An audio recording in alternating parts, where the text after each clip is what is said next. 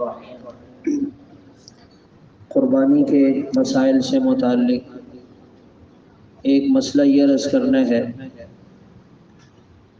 اگر دو پارٹیوں کی بات چیت چل رہی ہو جانور خریدنے کے بارے میں، تو اس دوران کسی تیسرے آدمی کے لیے اس کی اجازت نہیں کہ وہ ان کا سودا جا کر خراب کرے۔ 5-10 ہزار روپے اوپر لگا دیے، کہا کہ یہ جانور میں لیتا ہوں۔ آپ صلی اللہ علیہ وسلم نے ایسا کرنے سے منع فرمایا ہے۔ اسی طرح جانور خریدتے ہوئے جھوٹ بولنا اور غلط بیانی سے کام لینا، اس کی بھی اجازت نہیں ہے۔ جیسے مالک سے بندہ یہ کہے کہ ہم اتنے پیسے اپنے ساتھ لائے ہیں، ہم 1.5 لاکھ لائے ہیں، وہ 2 لاکھ کی قیمت لگاتا ہے، جبکہ لانے والا 1.5 لاکھ نہیں لایا، اس کے پاس زیادہ ہیں، مگر کم قیمت میں خریدنے کے لیے وہ یوں کہہ دیتے ہیں ہماری رینج اتنی نہیں ہے، حالانکہ پیسے ان کے پاس زیادہ ہیں۔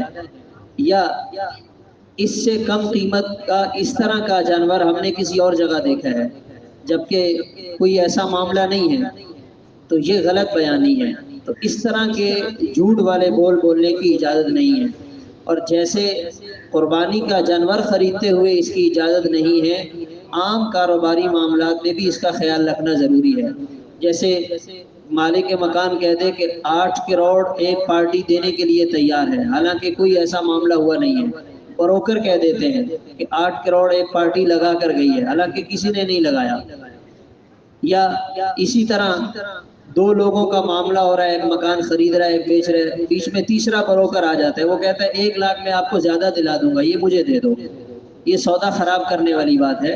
تو ہمارے دین نے ان معاملات میں اس قسم کی باتوں کا خیال رکھنے کا حکم دیا ہے کہ کوئی مسلمان نہ کسی کو نقصان پہنچائے، نہ کسی کے سودے کے خراب ہونے کا ذریعہ بنے۔ صفائی کے ساتھ معاملہ ہوگا تو انشاءاللہ اس میں خیر ہوگی۔ اللہ تعالیٰ عمل کی توفیق عطا فرمائے۔ اللہ صلی علیہ وسلم۔